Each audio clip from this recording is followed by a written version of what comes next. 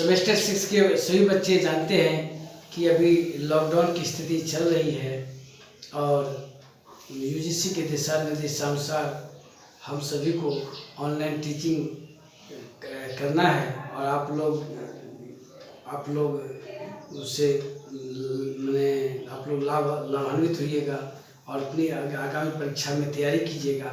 मेरा मानना है कि अगर सही ढंग से सुन लीजिएगा, मनन कीजिएगा तो आगे आने वाली परीक्षाओं में बहुत हद तक काम देगा। और मैं इससे पहले सारा सेमेस्टर 6 का सारे पेपर का मैं संभावित प्रश्न भी भेज चुका हूँ आप लोगों को। आप लोग उतने प्रश्न का ही अगर सही से हल कर लीजिए, तैयारी कर लीजिए तो I hope that your examination you will give an better exam in coming examination. तो मेरा कहना ये आज के क्लास में कल मैंने बताया था आपको कि the characters of industrialization. Today I shall teach you about what is the impact of industrialization on rural society. ग्रामीण समाज पर औद्योगिकरण का क्या प्रभाव पड़ा है। आप सभी जानते हैं कि औद्योगिक क्रांति के बाद न सिर्फ भारत बल्कि दुनिया के सभी देशों में तेजी से इंडस्ट्रियलाइजेशन हुआ। एक बार फिर से जान लीजिए कि औद्योगिकरण कहते किसे हैं। जब हस्तचालित मशीन के स्थान पर विद्युत चालित मशीन की सहायता से बड़े बड़े कल कारखानों में हम बड़े पैमाने पर लार्ज स्केल पर वस्तुओं का उत्पादन करते हैं या वस्तुओं का उत्पादन होने लगता है तो इस सामाजिक परिवर्तन की इस प्रक्रिया को हम इंडस्ट्रियलाइजेशन कहते हैं या औद्योगिकरण कहते हैं। आज जो हम जिस समाज में जी रहे हैं वह औद्योगिक समाज है, आधुनिक समाज है। अब तो पोस्ट इंडस्ट्रियल सोसाइटी की बात हो रही है। तो अब प्रश्न उठता है कि इंडस्ट्रियलाइजेशन हुआ, भारत में भी द्वितीय पंचवर्षीय योजना में औद्योगिकरण तेजी से हुआ और आज भी डे टू डे हो रहा है। अब इसका इम्पैक्ट क्या पड़ा है ग्रामीण समाज, हमारा जो भारत देश है, हमारा जो माने कंट्री है, वो आप सभी जानते हैं कि India is a country of village, गाँव का देश है। 80% people are engaged in agriculture sector. तो ग्रामीण गाँव का देश है, कृषि यहाँ की अर्थव्यवस्था है और औद्योगिकरण हुआ तो औद्योगिकरण का ग्रामीण समाज पर क्या क्या प्रभाव पड़ा आज के कक्षा में मैं यही बेसिकली बताऊंगा। मोर और लेस यही इसी पर प्रकार इम्प्रेशन दूंगा और कि क्या प्रभाव पड़ा है। इसके 4-5 प्रभाव की मैं चर्चा करूंगा। पहला प्रभाव यह पड़ा है कि औद्योगिकरण होने से नगरीकरण में तेजी से वृद्धि हुई है। दूसरा प्रभाव यह पड़ा है कि औद्योगिकरण से जाति व्यवस्था विकसित हुई है। तीसरा प्रभाव यह पड़ा है कि औद्योगिकरण से सामुदायिकता की भावना में कमी आई है। चौथा प्रभाव यह पड़ा है कि औद्योगिकरण होने से विवाह संस्था में परिवर्तन हुआ है। और पांचवा प्रभाव यह पड़ा है कि औद्योगिकरण होने से सामाजिक बुराई में भी वृद्धि हुई है। तो कोई भी सामाजिक परिवर्तन को जो प्रक्रिया चलता है समाज में, चाहे वो मॉडर्नाइजेशन हो, चाहे संस्कृतलाइजेशन हो, चाहे इंडस्ट्रियलाइजेशन हो, चाहे सेकुलराइजेशन हो, तो देखिएगा कि कुछ उसके गुड इम्पैक्ट पड़ते हैं और कुछ उसके बैड इम्पैक्ट पड़ते हैं। अब देखिए गुड इम्पैक्ट क्या पड़ा है तो इंडस्ट्रियलाइजेशन होने से नगरीकरण तेजी से वृद्धि हुई। पहले जो 80% पीपुल गांव में रहते थे वह जो है ना, जैसे ही जहाँ इंडस्ट्रियलाइजेशन हुआ निश्चित रूप से लोग उद्योग धंधे की स्थापना हुई तो ग्रामीण क्षेत्र से लोग रोजगार की तलाश में नगर की ओर आने लगे। उसके बाद नगर में मानव जीवन उपयोगी संबंधी कई सुविधाएं होती है, जैसे बेटर एजुकेशन होता है, बेटर हेल्थ सेंटर होता है, अच्छे डॉक्टर होते हैं, रोड होता है, सड़क होता है, पुल होता है, मॉल होते हैं। तो शहर का जो जिंदगी होता है वह बहुत ही बाहर से अट्रैक्टिव लगता है। तो उस चमक धमक जिंदगी से आकर्षित होकर ग्रामीण समाज के लोग नगरीय समाज में आकर बसने लगते हैं। तो गांव कस्बा में, कस्बा शहर में, शहर नगर में और नगर महानगर में कन्वर्ट होने लगते हैं। तो ये एक तेजी से नगरीकरण हमारे देश में हुआ है। पहले जहाँ आज का स्थिति ये है कि आज 78% लोग गांव में रहते हैं और 32% लोग नगर में रहने लगे हैं। डिविडेंड रेशियो बढ़ रहा है। दूसरा प्रभाव ये पड़ा है कि जाति व्यवस्था नहीं, दूसरा प्रभाव यह पड़ा है कि दूसरा अच्छा प्रभाव यह पड़ा है कि जाति व्यवस्था जो हमारे भारतीय समाज का कोर माना जाता है, ड्रॉबैक माना जाता है दुनिया में। आप you know that kind of information आप सभी जानते हैं कि दुनिया में भारत ही एक ऐसा देश है जहाँ कास्ट सिस्टम पाया जाता है।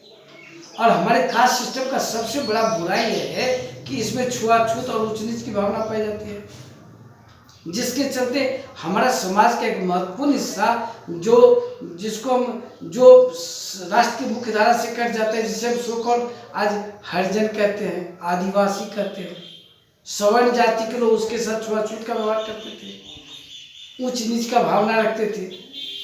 उनके बहुत सारे उनको अस्पृश्यता का सामना करना पड़ता था सोसाइटी में, जिसके कारण आज हमारा देश का समाज का जो उतना डेवलपमेंट नहीं हो पाया। इसका एक बहुत बड़ा कारण जाति व्यवस्था भी था।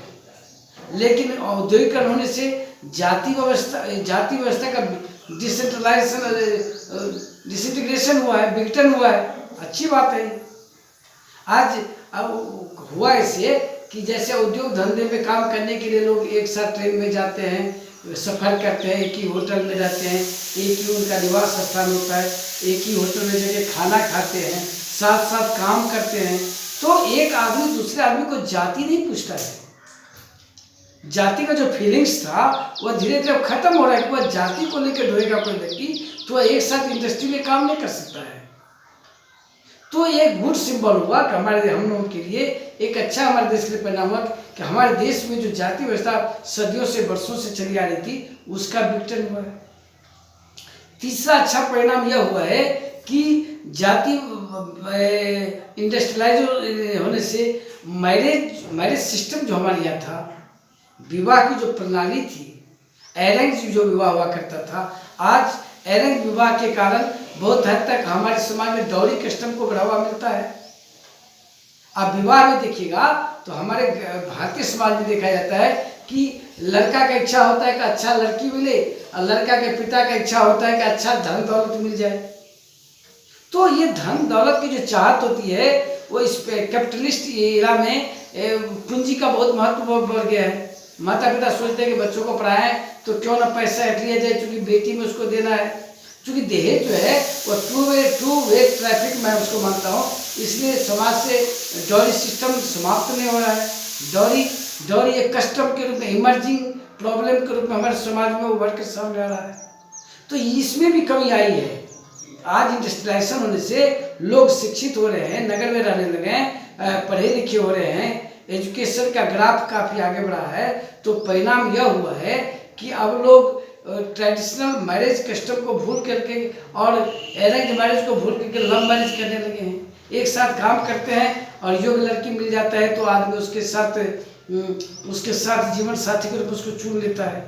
एक साथ काम करने से अफेक्शन बढ़ता है, सेम एजुकेशन होता है, सेम एक ऑक्यूपेशन होता है, तो आदमी साथ साथ जीवन निर्वाह करने का ठान लेता है। और उससे हमारे समाज में कुछ फायदा यह हुआ है कि डॉरी सिस्टम समाप्त हो रहा है।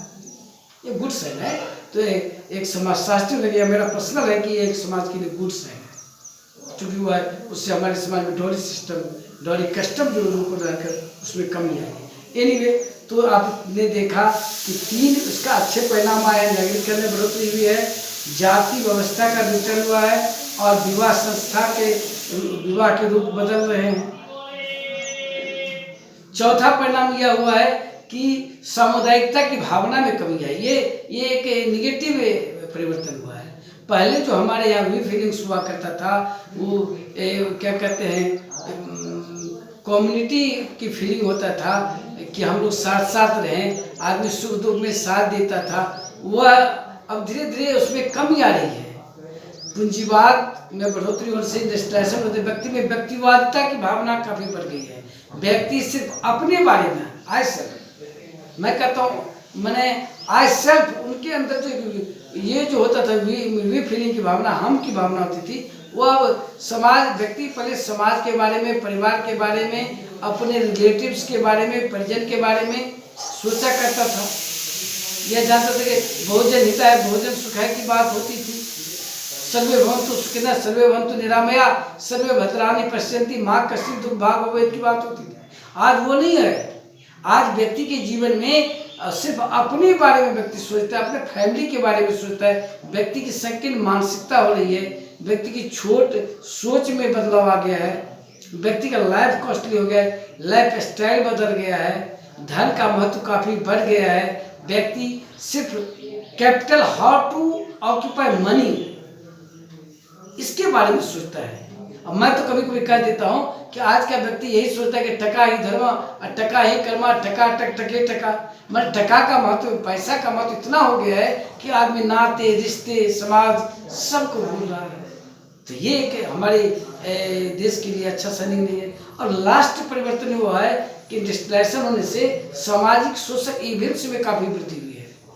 हम शिक्षित तो हुए, हम नगर में तो आए, लेकिन नगर का जीवन नारकीय हो रहा है, जनाधिक्य बढ़ रहा है, भीड़ भाड़ बढ़ रहा है, क्राइम बढ़ रहा है, जुवेनाइल डिलिंक्वेंसी बढ़ रहा है, प्रोस्टिट्यूशन की मात्रा में बढ़ोतरी हुई है, बैंक लूटिंग में वृद्धि हो रही है। डे टू डे आप पेपर में पढ़िएगा न्यूज़पेपर में कि बैंक लूट हो रहा है, साइबर क्राइम हो रहा है। व्यक्ति तनावपूर्ण जीवन जी रहा है, व्यक्तिगत विघटन हो रहा है, और व्यक्तिगत विघटन कई सामाजिक विघटन को जन्म देता है। चोरी, डकैती, छीना झपटी, kidnapping, there are many crime emerge in our society, urban society. समझिए, you will see open eyes, आप खुली आंखों से देख सकते हैं। तो ये सब हमारे समाज में इंडस्ट्रियलाइजेशन होने से व्यक्ति के जीवन में कुछ अच्छे बदलाव भी आया, अच्छे समाज के ऊपर अच्छा प्रभाव पड़ा है और बुरा प्रभाव पड़ा है। समय का बाइंडिंग्स है और ज़्यादा देर नेट भी काम नहीं करता है। मन तो होता है कि कितना पढ़ाऊँ आप लोगों को। क्योंकि जब मैं पढ़ाने लगता हूँ तो मैं सोचता हूँ कि बच्चों को ज़्यादा इनलाइटेड करूँ। एनीवे, आज का ये मैंने फिर अगले क्लास में मैं कुछ इस इंडस्ट्रियल सोशोलॉजी से बताऊँगा। Thank you, that's all.